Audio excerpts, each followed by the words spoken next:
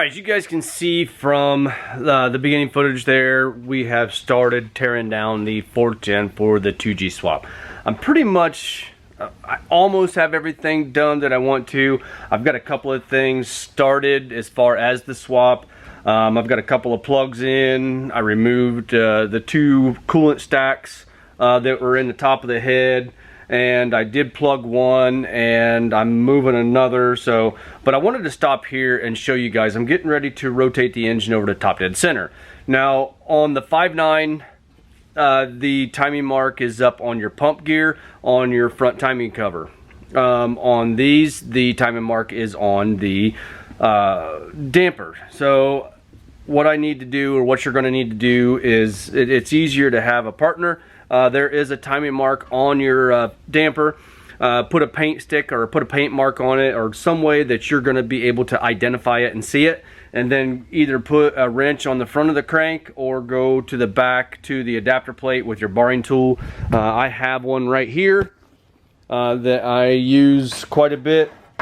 Roll your engine over until that mark on your damper is at the top dead center. You'll either be top dead center 1 or top dead center 6. The way you'll know is if you're top dead center 1, both your intake and your exhaust will be loose. You can see right there, as far as the coolant return for the turbo, I've got that plugged, and then I did plug that front one right there for the heater core. So I got that one plugged. I'm going to move the heater core to the back there. You can see right there, we have that open. I've got a fitting here that I've had for a while. It's a 3/4 fitting. Welded a little plug in there, drilled a hole same size as what it is. Traditionally, these have these stacks in them. I don't know where the other one got to. Right here's the other one. This is for your coolant stack. Right here, that's returned, that I've deleted. Here is the rubber hose from that, from the EGR delete. This is to your heater core. You can see that that is restricted. Same thing right there. The reason I believe they put the stacks on there is so you can turn them without removing the valve cover or the rocker box. I'm hoping not to have any issues. Black Market Diesel there, or Black Market Performance, sorry, actually makes a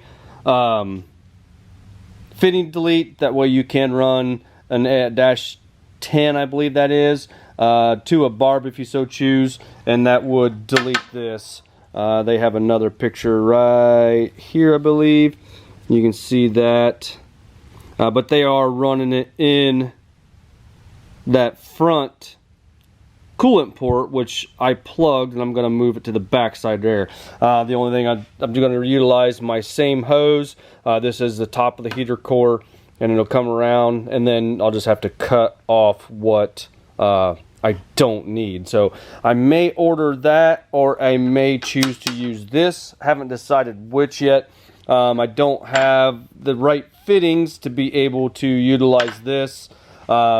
You know, if this came down and had another 90 in it bent right there, that would be perfect, because I would be able to just cut this off at that barb right there, and it would simulate that piece right there that goes on there where the hose actually goes into. Anyway, that's where we're at. I'm not going to, I just haven't decided yet. I've got a couple of days before I really need to start putting things back together, so I may tomorrow, today's Sunday, order that fitting there from Black Market Performance. That is $90. I do need to order some other things possibly from them as well. Yeah, that's where we're at. I am going to do the grid heater delete as well. For right now, I'm just going to change about the plate. I'm not going to put in the coil relocate. So pull the fuel rail off as well. I want to change the fuel pressure sensor in the backside there, and obviously I got to pull all that stuff off to be able to do the grid heater delete anyway. So reason I need to put it at top dead center is because I do want to pull all the rocker arms off. I may pull the injectors too, not really certain yet. Don't really need to pull the injectors to do head studs, but you know, plastic is brittle. If your torque wrench would slip, sorry, that's probably kind of weird right there. If your torque wrench would slip as you're tightening or torquing those down, you know, you have the possibility of breaking your leads off on your injectors, or, you know, and then that's pretty much catastrophic. You do have to replace either one or all. So this is where we're at thus far. Gonna put my barring tool in right there and get the engine rolled over so I can pull the rocker arms off. Over here I have a table set up. This is all my keep items, what we're keeping. I am going to coat the lower rocker box. I do have another valve cover coming from SPE Lab. They were gracious enough to send me one out to try.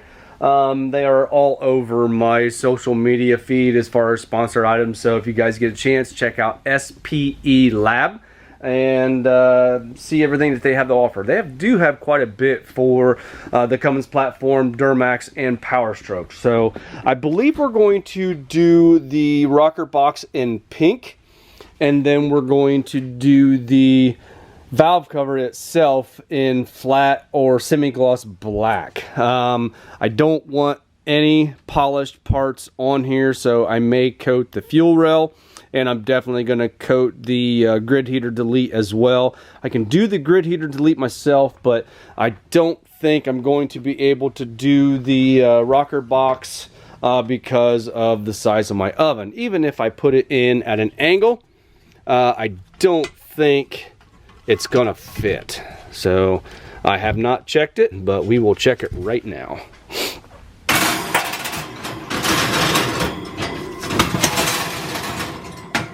So that pretty much seals the deal right there. It will not fit. So it looks like we're going to send this to Mary over there at Lima Paint and get that taken care of, and have her coat the rocker box, the lower rocker box, and have her coat the valve cover as well. Like I said, not sure. I have some texture black and I have some black chrome. I don't have any semi-gloss, so I'm not certain. I don't know yet. I may do, I don't know, when the valve cover gets here, we'll unbox it and figure out what we want to do with it. I did go ahead and paint with some heat paint the manifold. Like I said, I know it's a stainless diesel product. I don't want any polished parts. So this is actually a VHT paint. It's header paint, and you do bake it. I used this a while ago on some headers or some pipes that I made for my Harley that I used to have, and it lasted and worked out really, really well for a long period of time. Those there, I did the on truck or on bike bake. This year I have an oven, so we did do a oven bake on that. It was 400 for a half hour and then 600 for a half hour. I did it just like I did my powder coating once the part reached temperature. But this is the paint here that I'm talking about. This is VHT. This is their header paint. So, and it's good for temperatures from 1300 to 2000 degrees Fahrenheit. So, and then it does have the directions on the back on curing said product. That's pretty much it right now where I'm at. I have everything tore down, kind of sort of where I want to be for the time being. Before I pull the grid heater plate off and the fuel rail off, I am going to do the head studs and get those done, and then I'll go ahead and pull that stuff off because that'll open up that plenum. I really wish I had the extra money right now to be able to do fuel, springs, push rods, and all that stuff, but that's going to have to come at a later time because we are already way over budget to where I wanted to be. We're gonna be in the $4,500 range with everything thus far. That includes purchasing everything for doing our own powder coating here on the channel, and yeah, so it's just money adds up fast in today's society. So this is a shot right here of all the crap that's not going back on the truck. We're just going to figure out what we want to do here. Like I said, the only thing I don't like is not being able to remove this once the rocker box and valve cover is back in place. So I'm not certain what I want to do here as of right now, but this is just a pile of crap right here, really. This is everything that has come off the truck thus far. I'll probably go ahead and keep the spacers. I have used these in the past for different projects, different things. May keep some of the hardware, but I really doubt it. Doing this was the worst part of this project, and that's getting this heavy piece of garbage off the truck.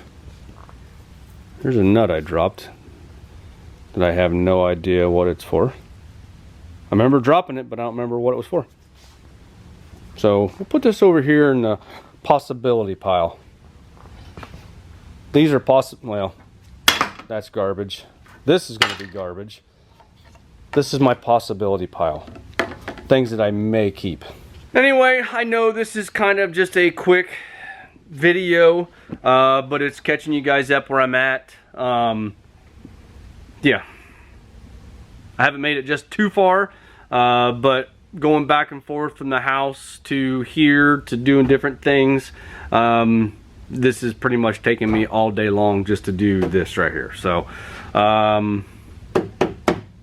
yeah, that's pretty much all I have for today. Gonna go ahead and get everything tore down. When we catch back up next time, we are going to be doing head studs. We're gonna do one by one, and gonna try something that usually I take them right to maximum torque. We're gonna go 100, then to 125. I showed you guys before.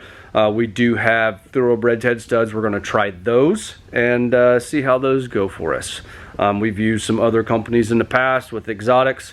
This time I wanted to try something different. We've used ARP. Like I said, I wanted to try something different, support thoroughbred out. I know Wade, he's a hell of a nice guy, and they come out with these in 22, late in the year. So when I saw them, I wanted to give them a shot. So we're gonna put them on a truck.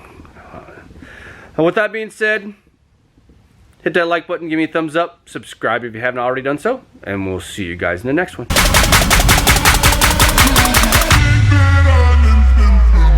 Bye.